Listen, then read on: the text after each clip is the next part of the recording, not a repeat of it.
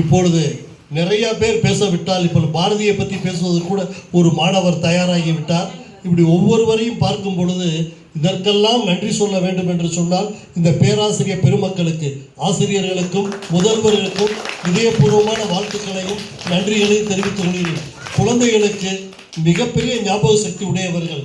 இந்த வயதில் இந்த ஞாபக சக்தியை அறிவுபூர்வமாகவும் ஆக்கப்பூர்வமாகவும் செய்யும் பொழுது எந்த நோக்கத்திற்காக இதை நாம் தொடங்கப்பட்டோமோ, குழந்தைகளின் ஆரோக்கியமே தாயகத்தின் வலிமை என்பது உங்களுடைய பேச்சுத்தான் இந்த தாயகத்தின் வலிமை.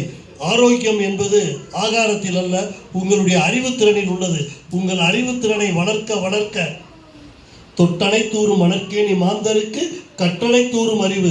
நீங்கள் படிக்க படிக்கத்தான் அறிவு வளர ஆரம்பிக்கும். உங்கள் அறிவு ஆற்றல் எல்லை இல்லாத உயர்ந்து செல்லும். உங்களுடைய திறமைகளை எடுத்து காட்டுவதற்கு இன்றைய தினம் இங்கே பேசக்கூடிய மாணவ மாணவியர்கள் அத்தனை பேரையும் ஒரு நாள் அழைத்து எங்கள் கல்லூரி மாணவிகளுக்கு முன்பு உங்களை பேச வைப்பேன் என்று கூறி விடைபெறுகிறேன். ஒரு நிமிடம் பாரதியை பற்றி பேச வரும் மாணவரை பேச அழைக்கிறேன். வாருங்கள்.